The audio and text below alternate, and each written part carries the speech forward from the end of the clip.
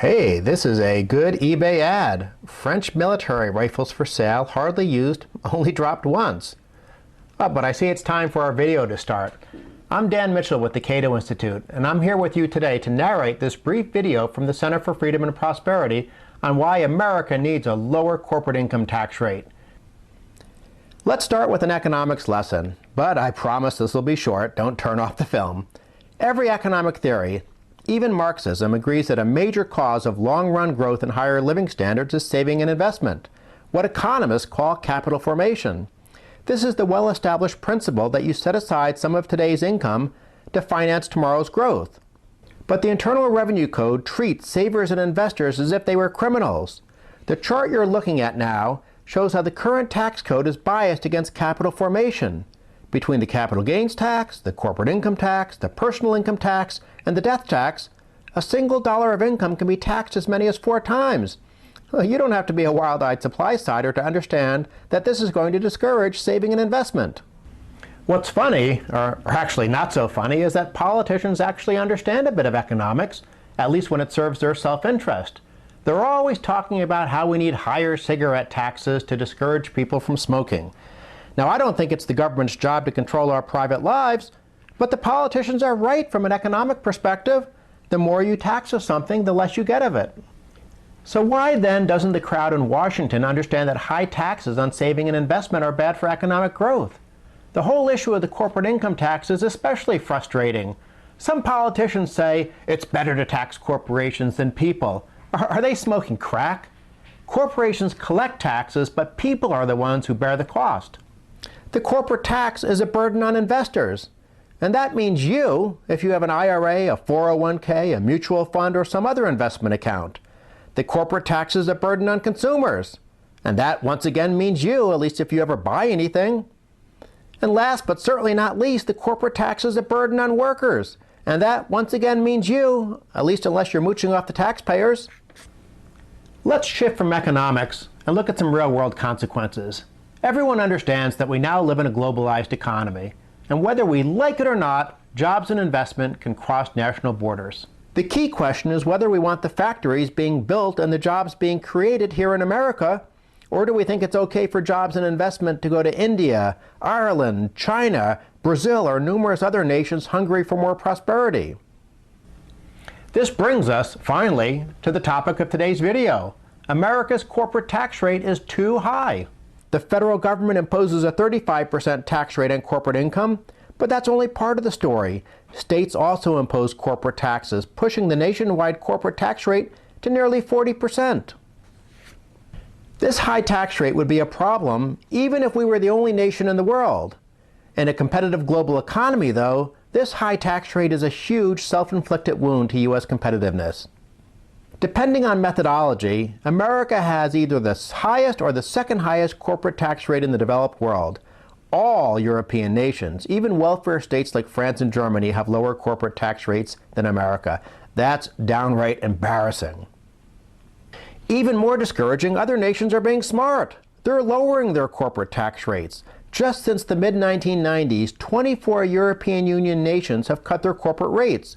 Indeed, the average corporate tax rate in the EU has fallen from 38% in 1996 to 24% this year.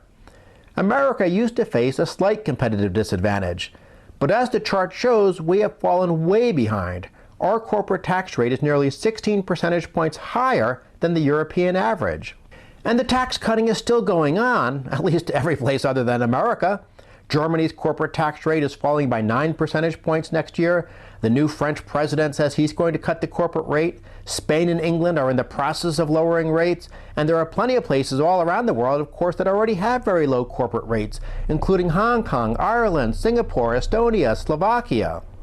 It seems the rest of the world realizes that low corporate tax rates are necessary for economic growth. Ireland's a great example. Back when its corporate tax rate was 50%, Ireland was an economic basket case. Unemployment reached 17%, the economy was stagnant, and the biggest export was people seeking a better life. But then Irish leaders decided to adopt a new approach. Combined with other free market reforms, the Irish corporate tax rate was slashed from 50% to 12.5%. As a result, the former sick man of Europe is now the Celtic tiger. Unemployment has almost disappeared, and economic growth has been amazing, causing living standards to double in just 10 years. And what's most impressive, Ireland is now the second richest country in the European Union, behind only Luxembourg, which is a special case because it's a small tax haven. Some politicians say we can't afford a lower corporate tax rate, but the real question is whether we can afford to keep the current system that makes America less competitive. Besides, the politicians are wrong to assume that a lower rate means they get less money to spend. Now, just between me and you, it's a good idea to deprive them of money, sort of like helping an alcoholic by hiding the keys to the liquor cabinet, but sticking to the main point, the international evidence shows that lower corporate tax rates don't necessarily mean lower corporate tax revenue. In Ireland, for instance, the old corporate tax with the high rate collected revenues totaling less than 2% of GDP, or economic output. But now that the rate has been slashed from 50% to 12.5%, the new system is collecting more than 3% of GDP. And what's really impressive about that number is that GDP is more than twice as high today. So the government is getting a much bigger slice of a much bigger pie. Some of you may think that I'm deliberately picking the one country that makes my point. And you know what? It's good for you to be suspicious. After all, I do work in Washington. So let's look at some other sources of evidence. The World Bank is hardly a bastion of free market thinking. So it is big news that the international bureaucracy just published a study stating that high tax rates do not always lead to high tax revenues.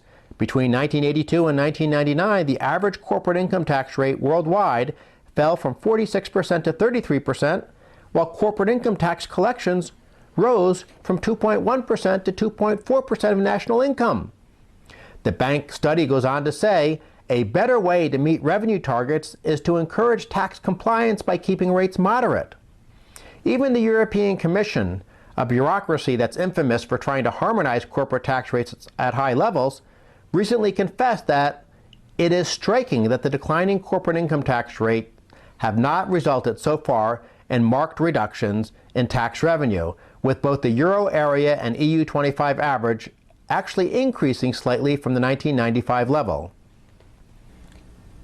I'll be the first to admit that none of this necessarily proves that a lower corporate tax rate in America will lead to more tax revenue, but it certainly suggests that politicians shouldn't lose much sleep worrying about less money coming to Washington. But you know what? Who cares what the politicians think? This is an issue about making America more competitive. It's about getting more investment so that American workers can earn bigger paychecks. We need to lower our corporate tax rate. You know, we generally kick Europe's rear end when it comes to most measures of competitiveness. Our personal income tax rates are lower, our payroll tax rates are lower, and we don't have a national sales tax like the European value-added tax, which is a big reason why the overall burden of government is lower in America. But we're losing to the Europeans in the race to implement a more competitive tax system. Our tax rate is nearly 40%, and their average tax rate is down to 24%, and it's still dropping. And let's not forget China and India, both of which have lower corporate tax rates than America. You all have been very patient. I've been going on for a lot longer than I thought, but that just shows how important it is to lower the corporate tax rate. So I want to close by asking all of you a favor. No, not for money. You can put your wallets away. Instead, please send this video to a few people you know. We need to educate the American people on the importance of a lower corporate tax rate. The longer the politicians wait, the longer they keep our tax rate high, that means more jobs, more investment won't be here in America. We can't afford to have the geese that lay the golden eggs to fly away. I'm Dan Mitchell, and on behalf of the Center for Freedom and Prosperity, thank you for listening.